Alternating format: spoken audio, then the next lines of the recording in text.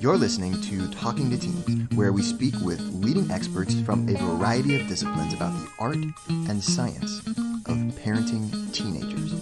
I'm your host, Andy Earle.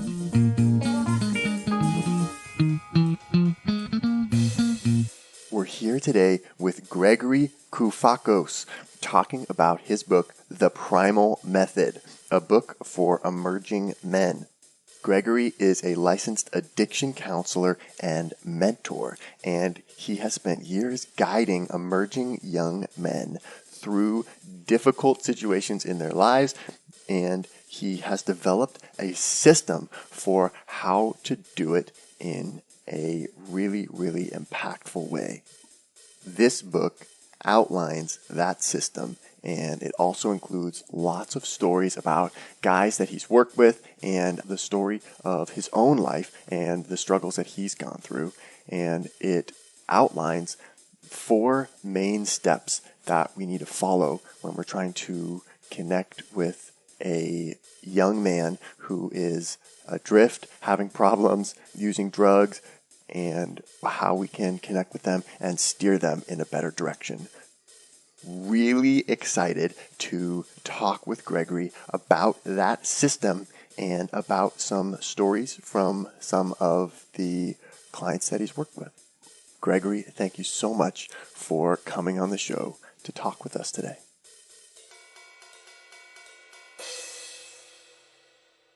Can you talk about your background and what inspired you to write this book?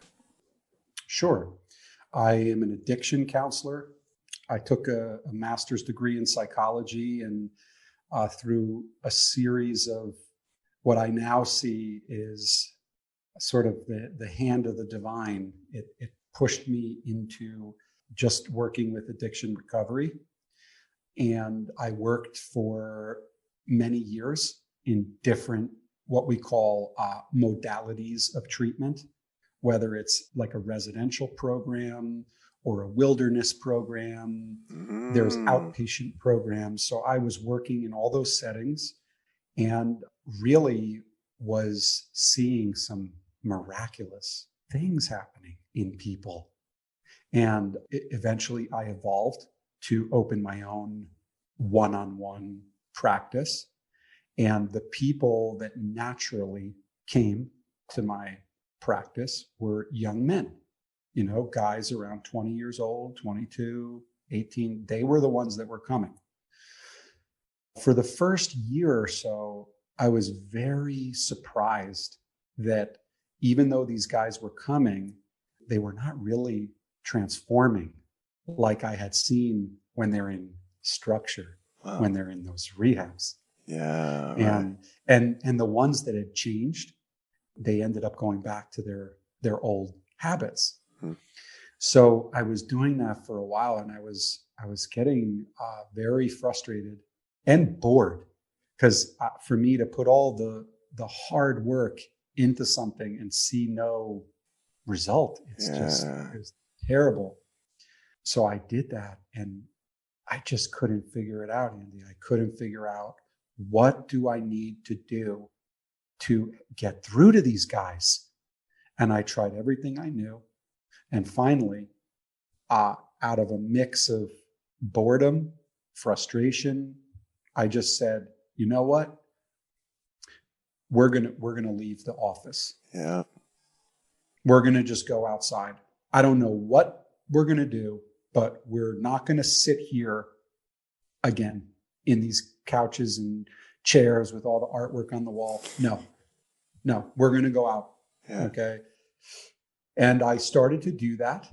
And I don't know, something felt, I really don't know why I kept going. Maybe because there's just nothing else to really try.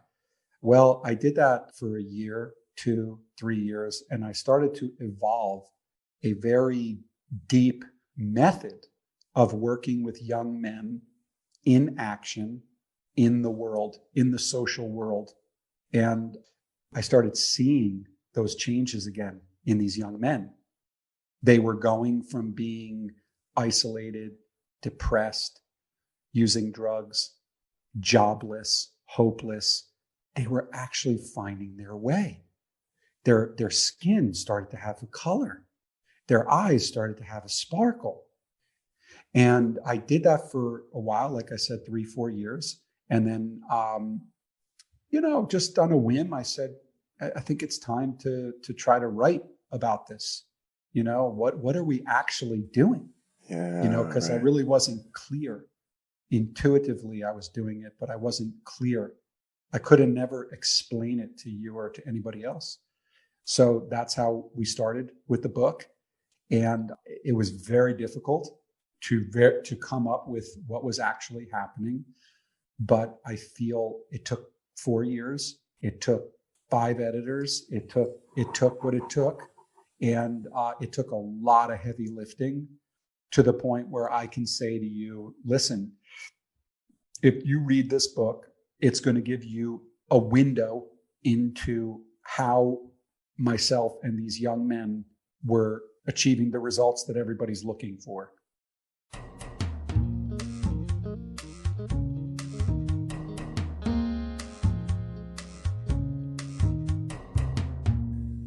You write that living alongside another man is crucial for male development. Seeing another man in motion, engaged in a task, or interacting with the social world, all this activates your own image of yourself and who you might be.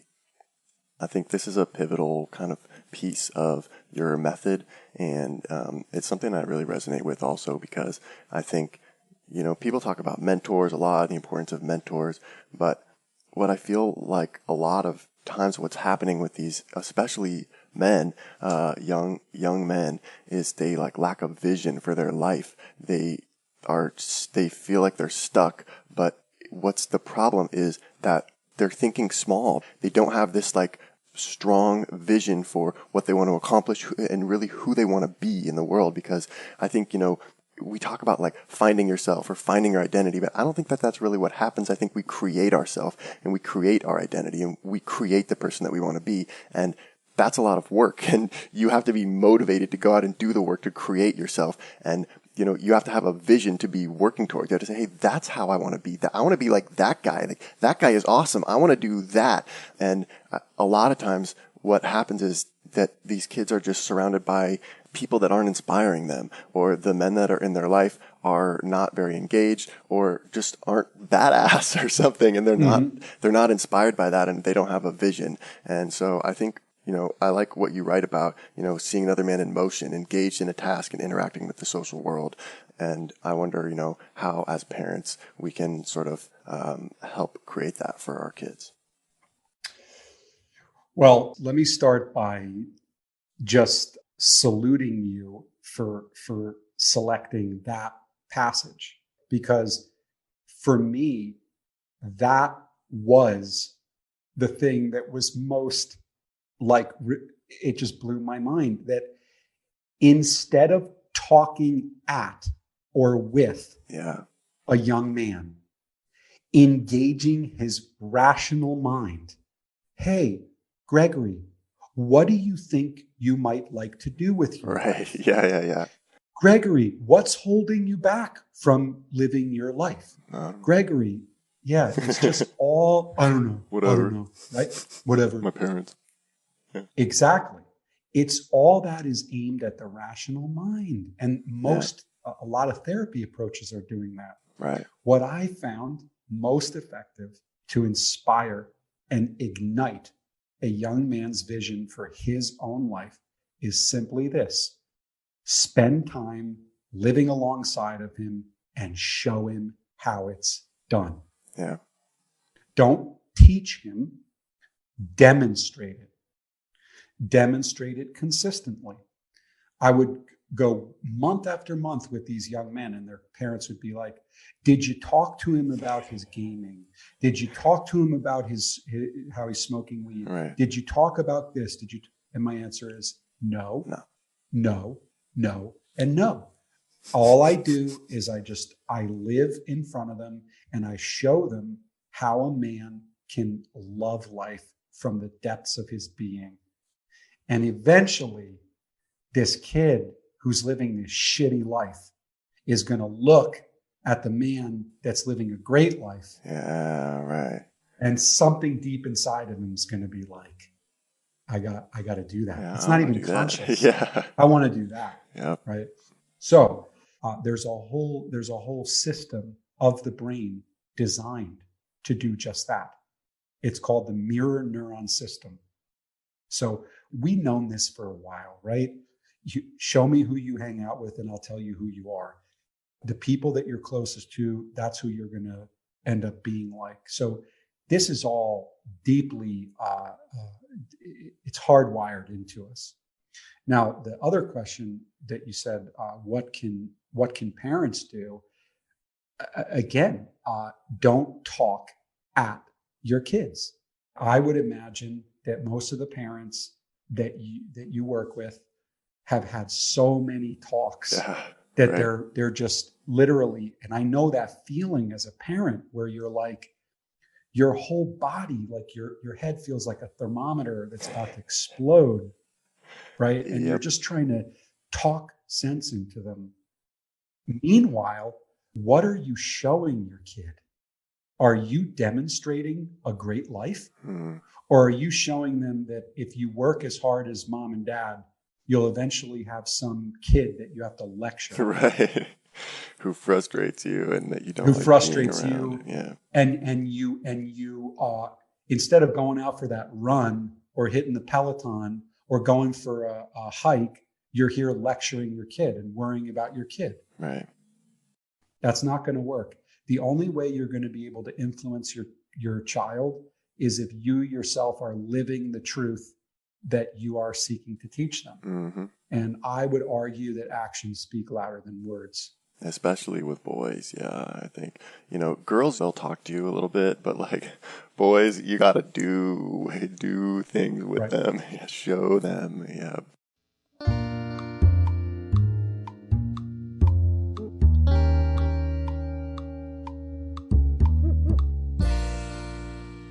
Another thing you say is that the trick was finding the ordinary act that would reach the particular individual. With Devin, a practitioner of jiu-jitsu, it was easy. We wrestled. Scott loved basketball, so we joined the gym and played. But it was not always that straightforward. So how do you find the activity that ignites someone? That's the Miyagi mentoring, good old Yeah. Mr. Miyagi. How did Miyagi find the things in life that were going to teach Daniel what he wanted to learn? How did he choose to paint the fence, to sand the floor, to wash the car? You have to use what life is giving you. And honestly, that's where you kind of have to have a good intuition. Mm. And the chapter after this in the book, I think I give a really good example of a client that I worked with where we were able to find that act. And for this young man, it was surfing. Surfing, yeah. And I found, surfing, running, cooking. You see, the solution, it's going to be in life. Right. So don't complicate it. It's got to be somewhere within the world that you inhabit. So I don't know if this fully answers your question, but it's you have to use your intuition. You have to know the guy that you're working with. Yeah. And then you just have to kind of be attuned to what life is presenting to you. And I think it was a good example in the book because you had to kind of do some detective work to figure out what he was going to be interested in. And it wasn't just like that he was already into surfing or that you said, hey, what about surfing? And he was like, okay, sounds good. It was like you were kind of suggesting things and talking to him about things. And when you mentioned surfing, he didn't just immediately dismiss it, or there was just a slightly different reaction in him that you could tell maybe he was kind of a little interested in it. And then that led you to keep asking him more about surfing. Well, what about surfing? And like, pushing it, and it wasn't just like immediate thing. It took some work to kind of even convince him to go and try it with you. And then you went and found a really cool surfing instructor who would be like that great example. Exactly. To show him, a possible vision for his life. Yeah. And that, in the system that I used, when I look back on the years that I was working with these young men, I found that I was really walking them through stages of development.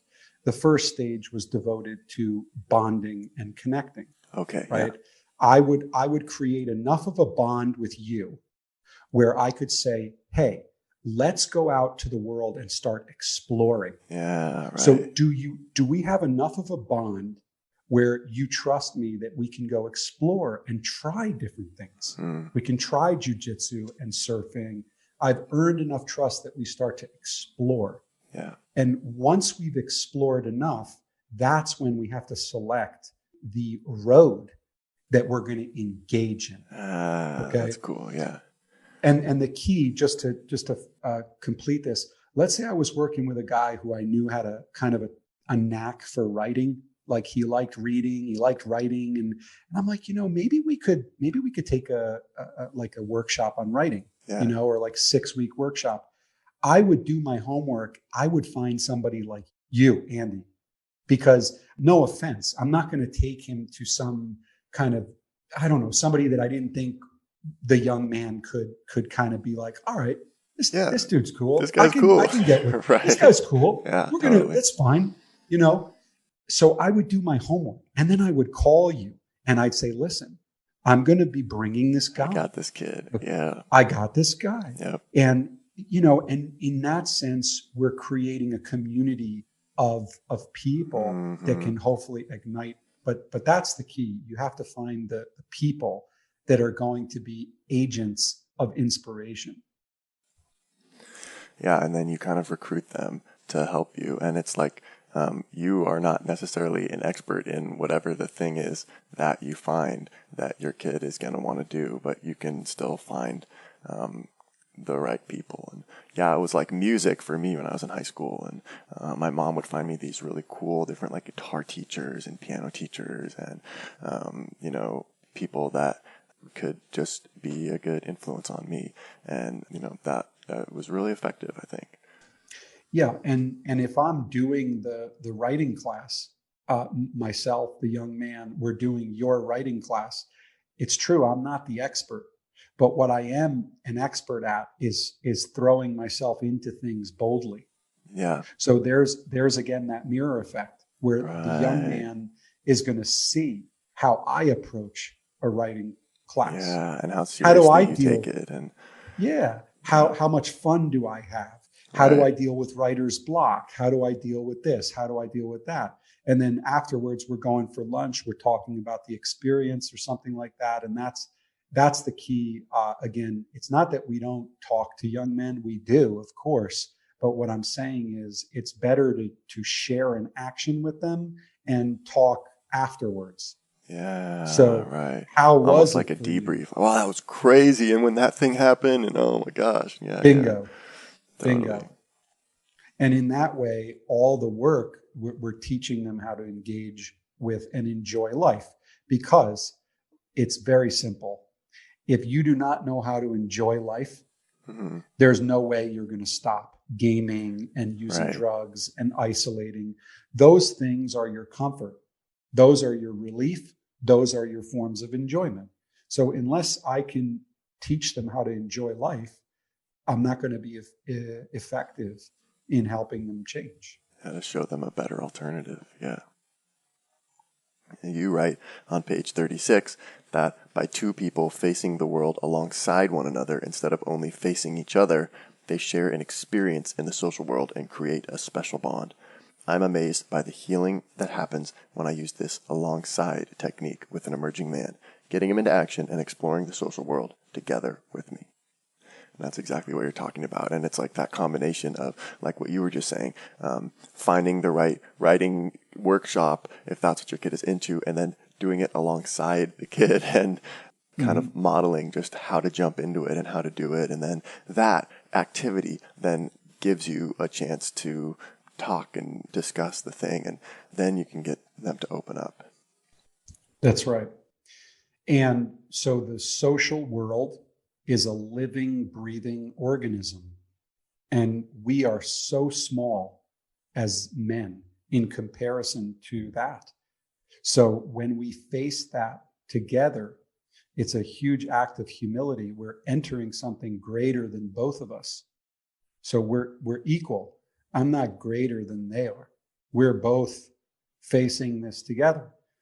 And the beauty of that also is that all the work that we're doing is eventually helping them to do the very thing that we want anyway, which is to build a life in the social world.